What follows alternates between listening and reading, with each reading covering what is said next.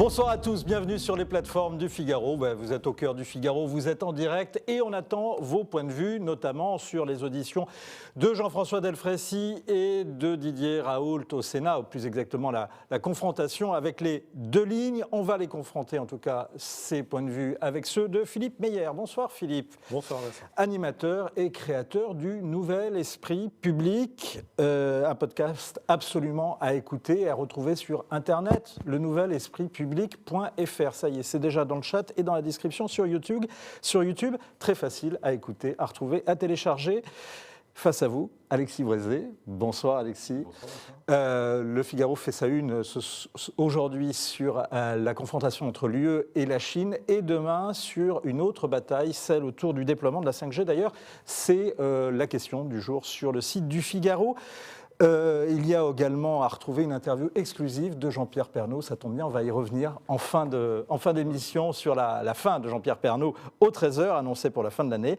On parlera aussi des fractures françaises 2020, la dernière enquête en date de l'Institut Ipsos Steria et ce chiffre très commenté, 55% des Français favorables au rétablissement de la peine de mort. Est-ce que c'est votre cas ou bien est-ce que vous êtes effrayé par ce chiffre? Vous pouvez répondre à la question, elle est posée sur Twitter.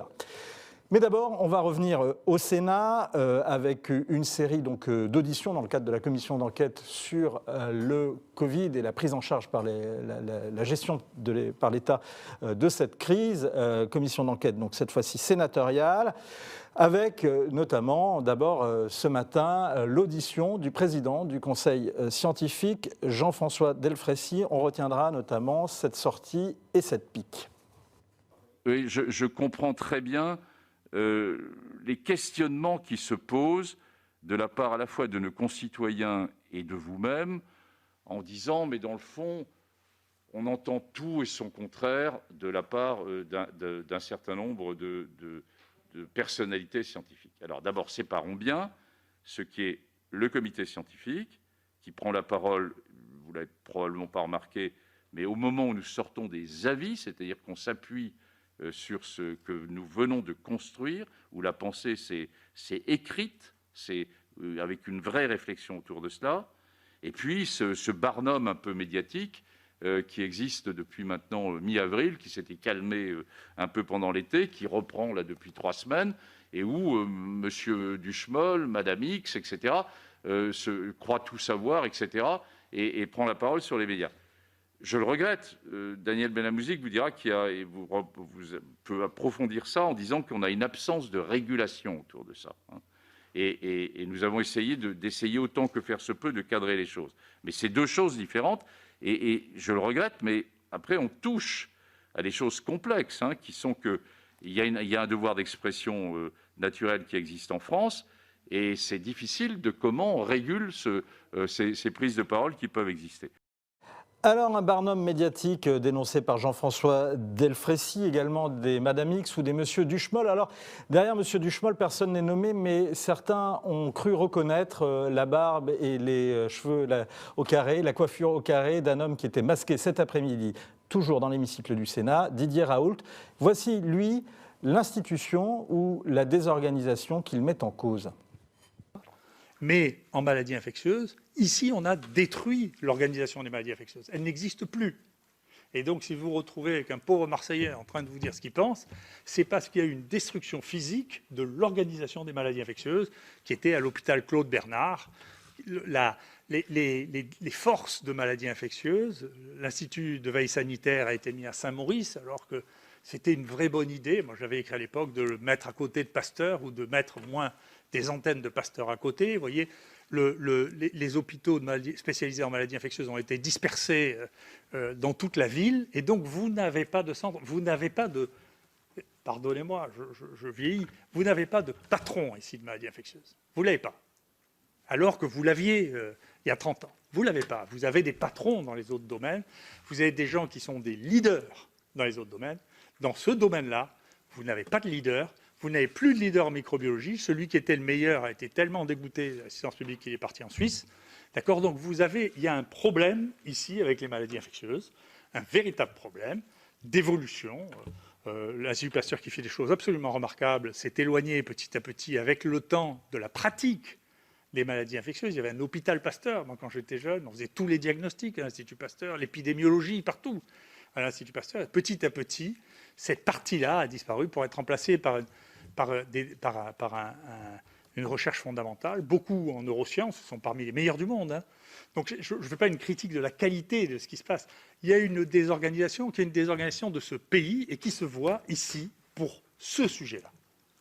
Alors, il n'y a pas de grand patron en matière de microbiologie et en matière d'infectiologie. On précise que ça fait partie justement des qualifications de Jean-François Delfraissy. Alexis, les sénateurs ont déclaré à plusieurs reprises qu'ils étaient très mal à l'aise quant à la division du corps médical. Est-ce que ce n'est pas ça le problème, au fond ? C'est peut-être le problème pour le sénateur, mais au fond, je ne crois pas. Enfin, que les gens ne soient pas tous du même avis, c'est quelque chose de très compliqué. C'est un peu normal. Ça serait trop simple si tout le monde était du même avis. Personne ne sait exactement, c'est un truc nouveau. Et donc, il y a des avis différents qui s'expriment. Mais là où le professeur Delfraissy me paraît être un peu à côté du sujet, ou même on dit volontairement, c'est quand il fait semblant, quand il nous dit, oui, il y a notre avis qui est toujours le même, et puis il y a d'autres qui viennent nous parasiter. D'ailleurs, bon, on les tolère, mais en fait, il faudrait les réguler. En gros, ne pas leur permettre de parler, parce que comme ça serait plus très clair que le nôtre. Mais le sujet, personne ne reproche à d'autres. Enfin, certains disent que Raoult dit n'importe quoi, que Tartemuche dit n'importe quoi, d'accord. Mais fonctionnellement, personne ne reproche à des médecins de dire le contraire du comité scientifique. Ce qui me paraît reproche assez fondé, c'est de dire que le comité scientifique lui-même a dit tout et son contraire. C'est ça le vrai sujet. Il fait semblant de ne pas le comprendre. Mais il a tout dit et son contraire. Alors les masques, c'était caricatural, le comité scientifique qui nous a dit qu'ils ne servaient à rien, puis qu'il fallait les mettre qu'à l'intérieur, puis qu'il fallait mettre l'intérieur à l'extérieur, puis la nuit, puis le jour. Bon, enfin, ils ont changé d'avis au moins 7 fois sur les masques. Bon, mais il n'y a pas que ça. Il y avait l'immunité de groupe. Le professeur Delfraissy nous a dit un jour qu'il y avait une immunité de groupe, puis le lendemain qu'il n'y en avait plus, puis qu'en fait, on ne savait pas. Qu'est-ce qu'on peut dire ? La rechute. Il a dit, je crois, quasiment le même jour, une fois en Italie, qu'on pouvait rechuter, et pendant ce temps, en France, il disait non, on ne peut pas rechuter. Donc, c'est que le professeur Delfraissy est un homme très politique, qui a présidé tous les comités de la Terre qu'on peut présider, et qui a une technique de dire blanc, noir, gris, parce qu'il faut qu'à la fin, il ait toujours dit quelque chose qui était vrai. C'est un politique. Mais il ne faut pas nous expliquer qu'il n'a jamais changé d'avis. Donc voilà, moi je trouve qu'on peut pas être d'accord avec le professeur Raoult, on peut ne pas être d'accord avec tel ou tel, mais l'organe qui était censé exprimer une position, derrière lequel d'ailleurs les politiques, et je vais laisser la parole à Philippe, derrière lequel les politiques ont eu trop tendance à se retrancher au début, et je pense qu'heureusement maintenant ils sont en train de reprendre la main, c'était ce comité scientifique. Ce comité scientifique lui-même a pataugé depuis le début dans cette histoire. C'est ça le fond du problème, Philippe ou... Malheureusement, je n'ai rien à opposer à ce que vient de dire, enfin c'est peut-être pas malheureux, mais je n'ai rien à opposer à ce que vient de dire Alexis. Je peux juste ajouter que M. Raoult lui-même n'a pas fait preuve d'une grande constance dans ses déclarations sur l'épidémie. Cela dit, ce qu'il dit là mérite d'être entendu sur la désorganisation de la recherche dans ce domaine particulier et en effet sur la dispersion, souvent d'ailleurs pour des raisons qui n'ont rien à voir avec le bien de la science, mais qui ont à voir avec une sorte d'idéologie de la décentralisation ou de l'éclatement. Je pense que ça, c'est un véritable problème. Mais pour le reste, je suis d'accord avec Alexis. Le professeur Delfraissy, il nous mène en bateau en nous disant en effet une chose, et puis ensuite en nous disant son contraire. Alors, il pose une question, qui est la question de la régulation. Mais la régulation de qui ? La régulation des scientifiques ? Vous parlez de la régulation de la parole. Hein. Il a parlé de la régulation de la parole.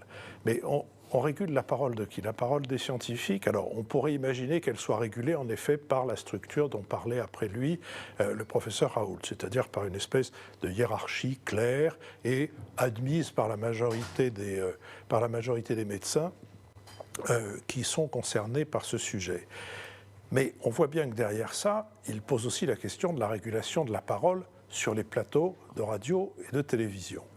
Comment est-ce qu'on régule la parole sur les plateaux de radio et de télévision ? On décide, on publie la liste des médecins autorisés à parler. Alors, évidemment, on ne peut pas nier non plus que dans beaucoup de chaînes d'information directe, c'est-à-dire en réalité dans toutes, peut-être à une exception qui est France Info, qui me semble c'est un peu mieux conduite que les autres, mais dans les chaînes d'information en direct, quand on n'arrivait pas à avoir un professeur avec des plumes dans le derrière, enfin, ou sur le chapeau. Sur le chapeau, pardon. Oui, non, je me laisse Humour aller. Carabin. Alors, à ce moment-là, il fallait un médecin. Il fallait un ou des médecins. Parce que il fallait une parole qui ait une apparence scientifique. Alors, on faisait quoi? On appelait son médecin.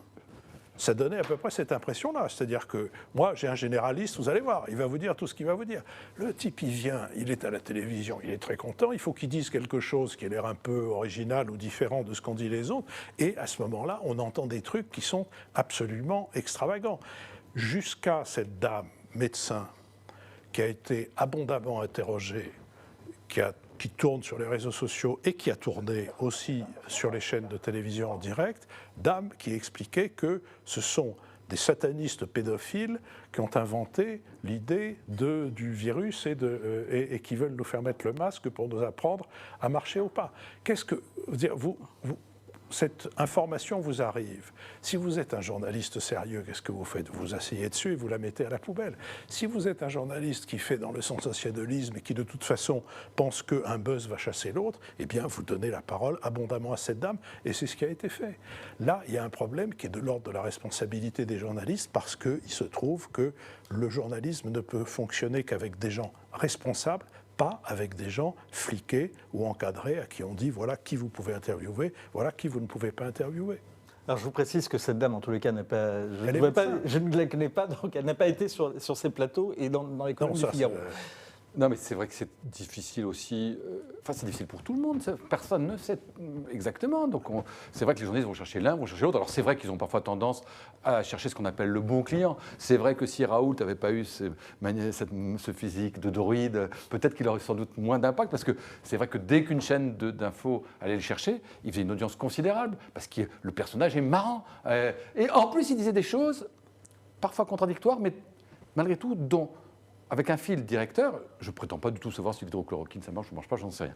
Mais un fil directeur qu'on retrouve à peu près à chacune de ces interventions, qui était de rassurer. En gros, il disait, moi j'ai trouvé un truc. Alors, vrai, faux, on ne sait pas. Ça ne va pas durer. Quand ça se réchauffe, ça se calme. Puis finalement, ce n'est pas si grave. Je ne dis pas que c'est vrai. Je dis juste qu'un type qui a un physique, et qui en plus des choses qu'on a spontanément envie de croire, on a plutôt envie de croire que c'est pas si grave et que ça va s'arranger, plutôt que c'est terrible et qu'on va tous mourir. Donc il y a un biais de perception qui fait qu'il faisait de l'audience, les gens sont allés le chercher. Mais ça ne résout pas la question de savoir s'il a raison ou tort. Moi, ce qui me frappe, j'avoue que là, moi je ne sais pas, mais c'est que quand même maintenant, ça fait un moment que cette histoire dure, ça fait presque un an. Et on en est encore à discuter de savoir si oui ou non l'hydrochloroquine plus l'azithromycine, ça marche pas. C'est quand même surréaliste. Maintenant, depuis le temps, je ne sais pas, moi je ne suis pas scientifique, mais on devrait le savoir. Ceux qui pensaient qu'ils étaient pour au début, ils sont toujours pour, et ceux qui étaient contre au début, ils sont toujours contre. Il y a assez peu de gens qui ont changé d'avis. C'est quand même quelque chose d'assez mystérieux. Parce que dans ce match-là, pardon, pour rajouter, Philippe, on a eu deux visions quand même, aujourd'hui encore au Sénat. La vision effectivement défendue par le professeur Delfraissy et des années où il a œuvré sur le sida, avec favorable à ces grandes études qu'on appelle randomisées, et également la division défendue par Raoult cet après-midi, qui est, elle, de faire de la médecine d'observation et donc de faire du terrain et expérimental. Oui, mais il y a une contradiction dans ce que dit Raoult. D'abord, malheureusement, sur l'hydroxychloroquine, on sait. On sait parce que toutes les études aboutissent au même résultat, qui est de dire ça ne marche pas. Ça ne marche ni au début, ni au milieu, ni à la fin du moment. Non, mais il n'est pas impossible que l'antibiotique qu'on met avec, là, dont j'oublie tout le nom, peut-être que ça marche finalement, c'est le truc complémentaire. Oui, mais c'est... Parce qu'on est en train de découvrir en tout cas que les antibiotiques, en général, ont finalement un rôle dans le traitement. Je me souviens, dans mon enfance, il y avait des processions pour la pluie. Et il y en a 2 ou 3 qui ont marché. Ça finit toujours par marcher, une procession pour la pluie. Oui, ça finit par marcher. En ce moment, ça ferait du bien. D'ailleurs, peut-être devrait-on en organiser. Mais Raoult tient plusieurs discours. Celui du médecin qui dit « moi, je soigne ». Comme je soigne, quelquefois, je bouscule un peu les règles et je donne un médicament qui n'est pas... etc. Au nom de la logique du soin, et c'est vrai que dans un contexte qu'Alexis a rappelé, c'est-à-dire celui dans lequel on a l'impression que personne ne sait rien, on a tendance à se dire, après tout, si la thérapeutique qu'il propose est seulement inutile, c'est pas grave. L'essentiel, c'est qu'évidemment, qu'elle ne soit Ça, c'est pas mal. elle n'aggrave pas la situation. Et si elle est utile, tant mieux, on le verra. Mais au lieu de s'en tenir à son discours de médecin, de soignant, il monte immédiatement dans les hauteurs des généralités et il explique à partir de là quelle est la politique qu'il faudrait faire et que ça va s'arrêter et que c'est pas grave et que c'est pas parce que, je le cite, il y a un Chinois qui meurt qu'il faut arrêter l'économie du pays. Et aussi, il explique qu'il a sauvé Marseille. Malheureusement, quand on regarde les chiffres d'aujourd'hui, je ne crois pas que Marseille soit sauvé. Il s'en faut. J'aurais aimé qu'il sauve à Marseille, puisque je suis à moitié marseillais et à moitié aveyronais. Donc l'Aveyron, ça va, merci. Mais encore qu'il y a eu un EHPAD qui en a pris... il y a un EHPAD, c'est vrai que le château qui en a pris un mauvais coup. Mais enfin, c'est limité là. Bon. Donc voilà, c'est ça qui fait que lui aussi, au lieu de contribuer à rassurer, comme le pense Alexis, contribue aussi à affoler, parce que il y a trop de contradictions. À affoler ou bien à hystériser, peut-être? Bon, à peu près pareil, mais c'est quand même... Ouais, je dirais plus à hystériser, à cliver, à transformer un débat en bagarre, pour les pour, les contre, les pour, c'est devenu une guerre de religion, qu'à affoler, puisque quand même ce qu'il dit est plutôt rassurant. Donc les gens se disent, ça n'affole pas ce que dit Raoult. Ce qui affole, c'est que personne ne soit d'accord, je vous le concède. Ce qui peut nous affoler, ou en tout cas nous inquiéter, ou nous déstabiliser les uns et les autres, c'est de voir qu'il n'en sait pas plus que nous, alors que c'est son métier. Puisqu'il nous dit qu'il a sauvé Marseille et que Marseille est loin d'être sauvé, puisqu'il nous dit que l'hydroxychloroquine et que les études sont faites par des gens dans des pays où ils n'ont jamais entendu parler du professeur Raoult, etc. Alors, en même temps, d'un côté, on sait que c'est un grand bonhomme au point de vue de la recherche, qu'il a ce que disent les énormément de trucs, etc. D'accord, mais si c'est pour rentrer dans cette espèce de panier de crabes, on a toujours su que la médecine, c'était ça. Si les gens ont envie de lire quelque chose sur le sujet, il y a un livre de Léon Daudet, qui était médecin, je le rappelle, formidable, qui s'appelle Les Morticoles, et qui décrit les milieux de la médecine d'une manière qui n'est pas du tout angélique. Sur Marseille, je vous trouve malgré tout un peu injuste. Il n'a pas dit qu'il avait sauvé pour l'éternité Marseille. Il a dit que quand il y avait des malades, lui, il savait les soigner et pas les autres. Ce qui n'est peut-être pas vrai, je m'empresse de le dire. Mais il n'a pas dit qu'il n'y aurait plus jamais de malades. C'est pas lui qui surveille le confinement pendant l'été et les gens qui vont faire la fête à Marseille pendant l'été. Mais malgré tout, il y est pour rien. Non, mais c'est lui qui a dit que l'épidémie était finie. C'est vrai. Et mais bon, du coup, je pense que les gens n'avaient pas besoin de lui dans la France entière pour se faire croire que c'était fini parce que c'était l'été qu'on en avait marre. Mais ça aide. Ouais. Ça aide. Alors, Philippe Raoult n'a jamais dit qu'il avait sauvé Marseille. C'est ce que nous dit cet internaute. Monsieur Meyer, je viens d'écouter l'audition. Il n'a pas dit cela.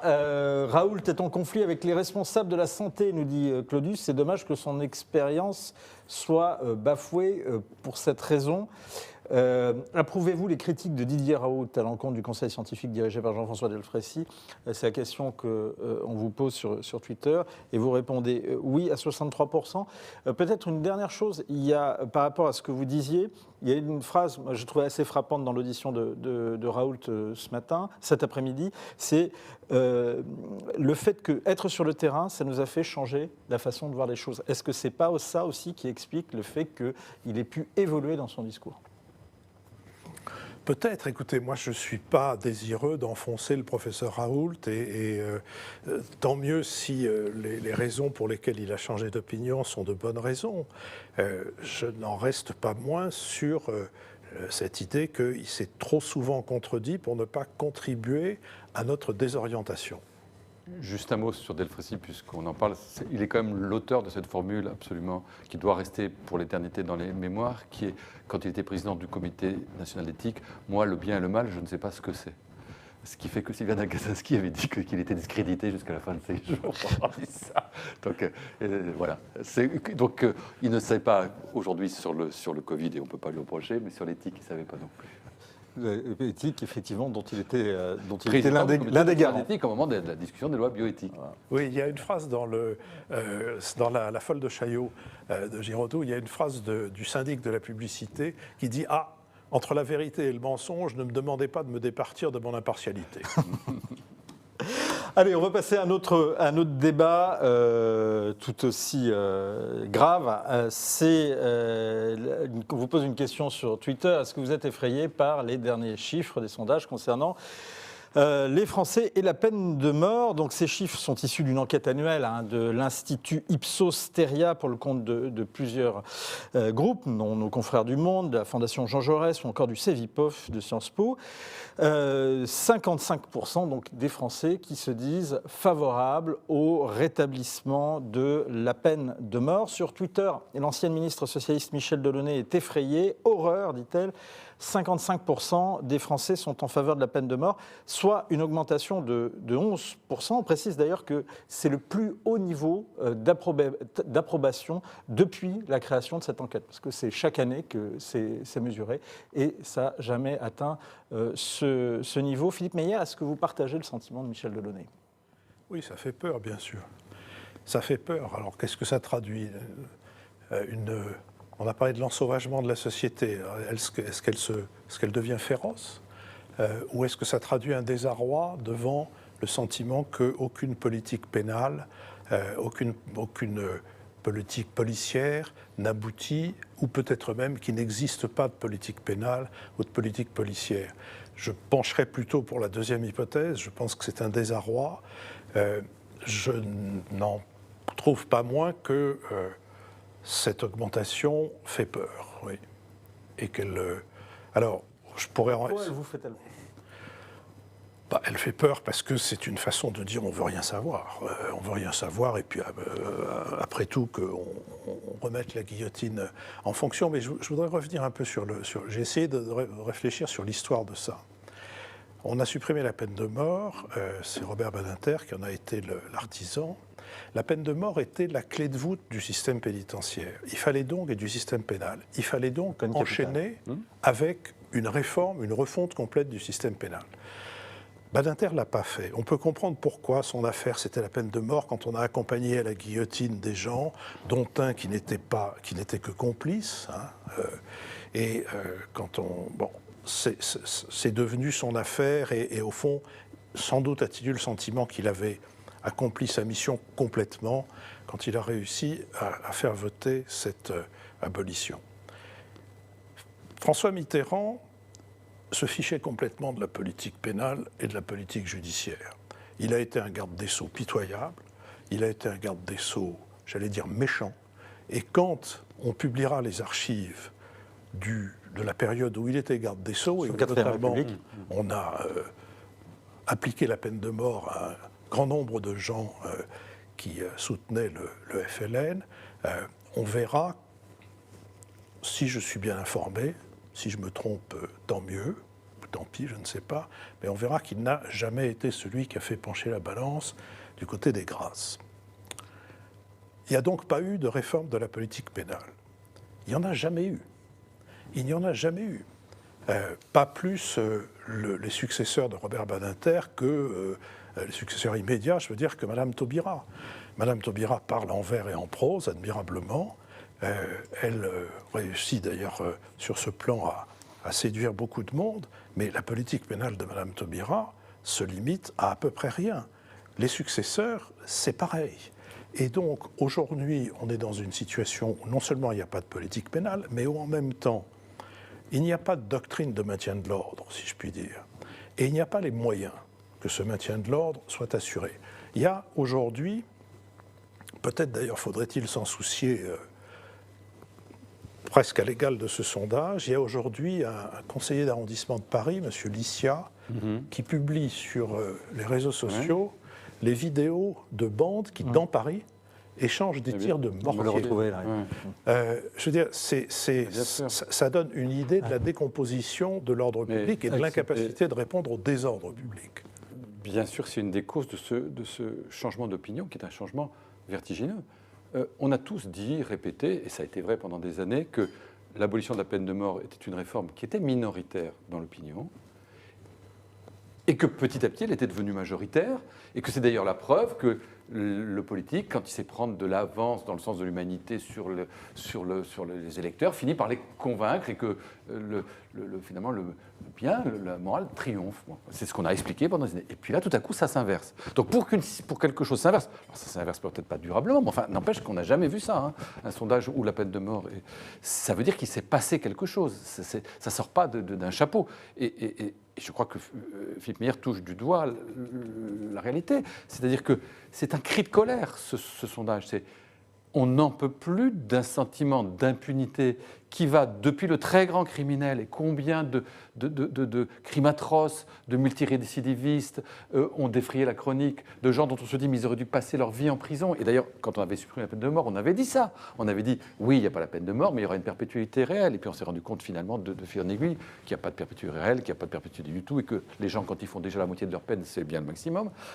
C'est ce qu'on montre d'ailleurs dans un sujet qui est fait par Brune Baudrey. Depuis les très grands criminels jusqu'à ce qu'on appelle, de façon pudique et par antiphrase, parfois les incivilités, les tirs de mortier, les machins, où les gens se disent, mais finalement, les criminels sont jamais vraiment punis. Mais les Français, les citoyens, les honnêtes gens disent, il faut qu'un jour les criminels soient punis.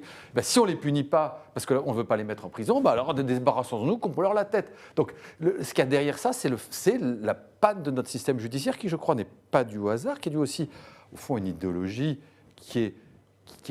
c'est beaucoup répandu dans une grande partie de la magistrature et de l'intelligentsia, etc., qui est celle de la gauche judiciaire, qui est qu'au fond, que la sanction pénale, c'est mal.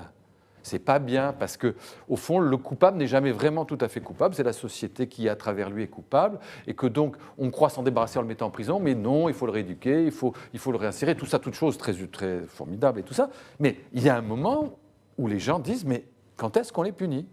Et si on ne les punit pas de façon ferme, claire, en mettant de la prison, ils disent, alors à ce moment-là, coupe-leur la tête. La peine de mort est un crime, nous dit GMC. En revanche, si nous avions une justice responsable, il y aurait moins de criminalité ou de délinquance. C'est ce que vous dites, notamment Philippe. Mais le même vous dit, il y a quand même des moyens, notamment, pour mettre des contraventions et de mettre des gendarmes sur les autoroutes. Oui.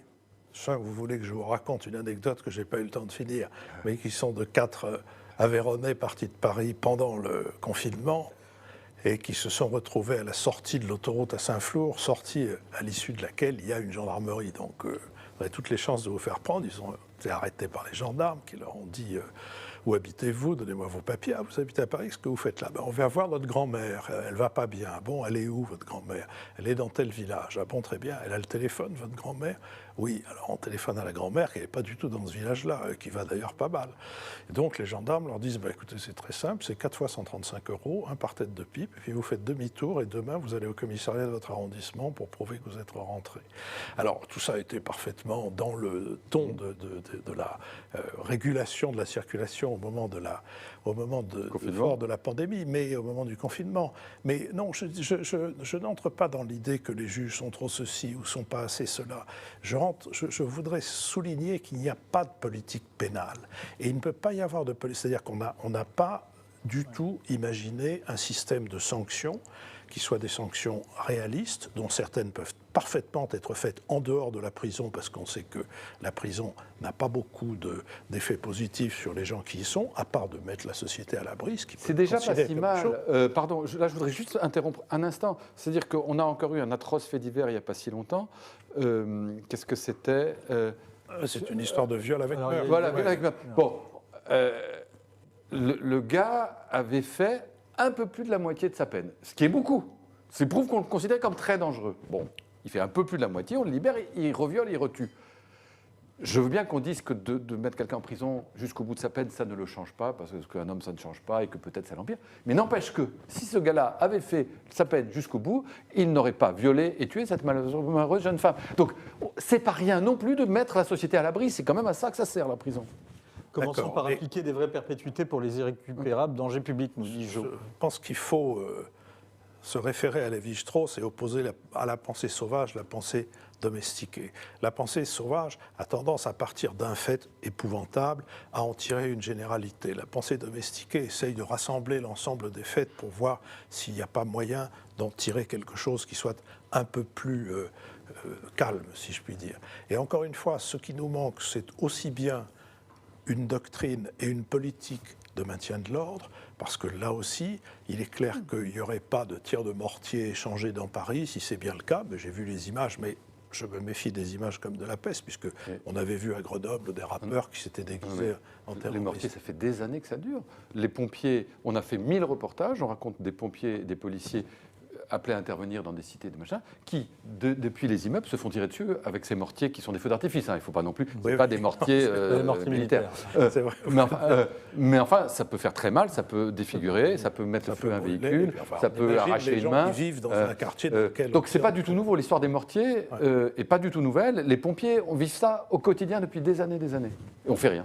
Oui, eh bien, en face de ce comportement-là, qui est un comportement délictueux, pas un comportement incivil, en face de ce comportement délictueux, quels sont les moyens que la police a pour intervenir? Je pense que le dernier ministre de l'Intérieur qui a eu une politique, c'est Pierre Joxe. Je pense que si aujourd'hui on regarde le film de Bertrand Tavernier, L627, on a une vue qui est, je pense que ce film a plus de 20 ans. Je pense qu'on a une vue qui est... Même dire, oui, il doit avoir même 30 ans. Tout à fait, oui.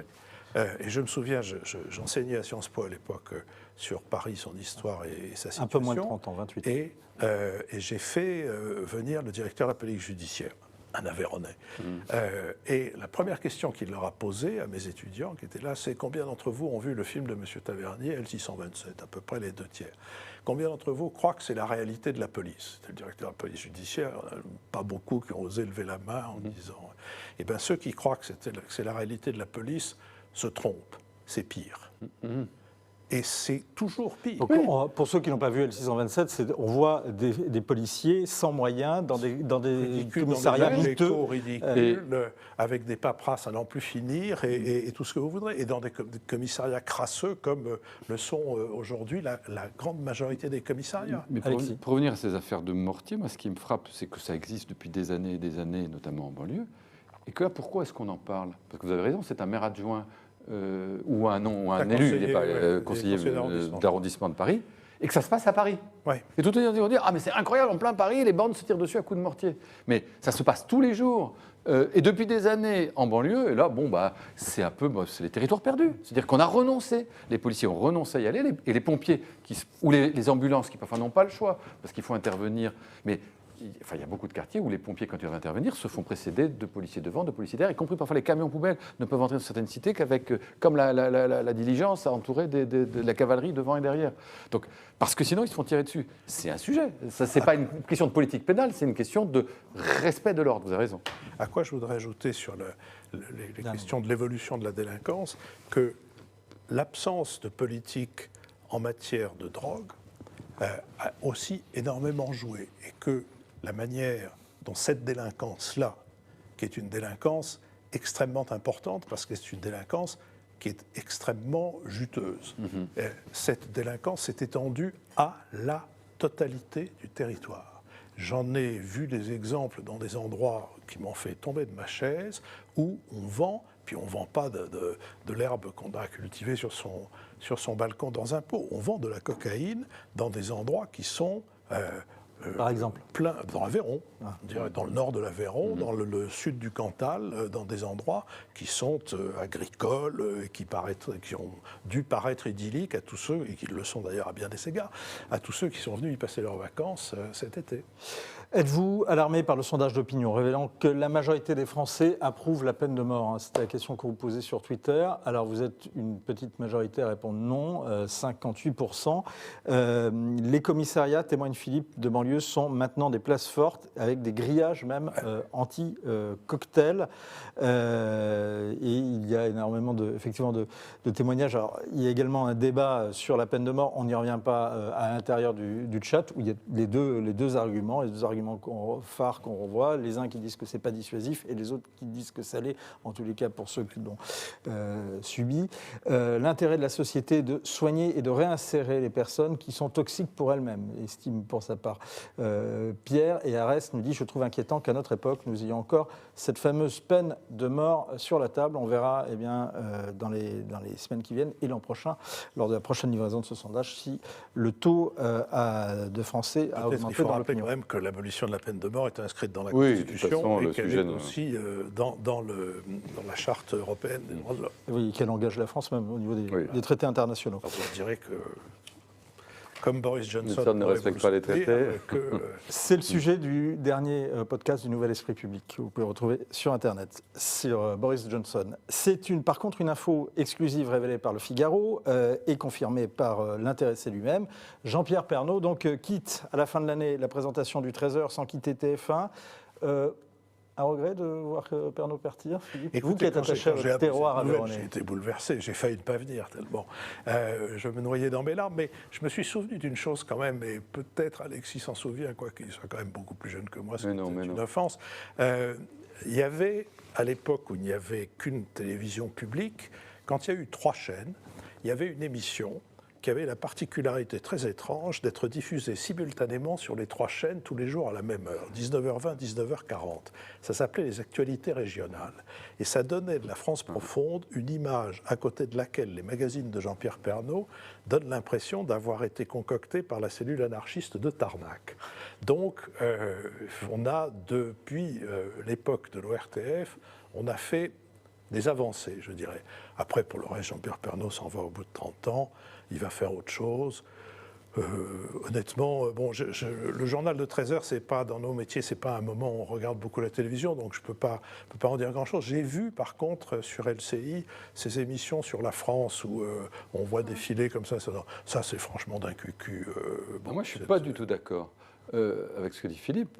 Moi, je trouve que c'est vrai qu'il a été de bon ton pendant des années de pincer le nez en parlant du journal de Pernaut, qui était un énorme succès, une énorme machine en audience, en publicité, un truc formidable. Mais on disait, bon, c'est un truc de plouc, c'est ça que les gens pensaient à Paris, tout ça.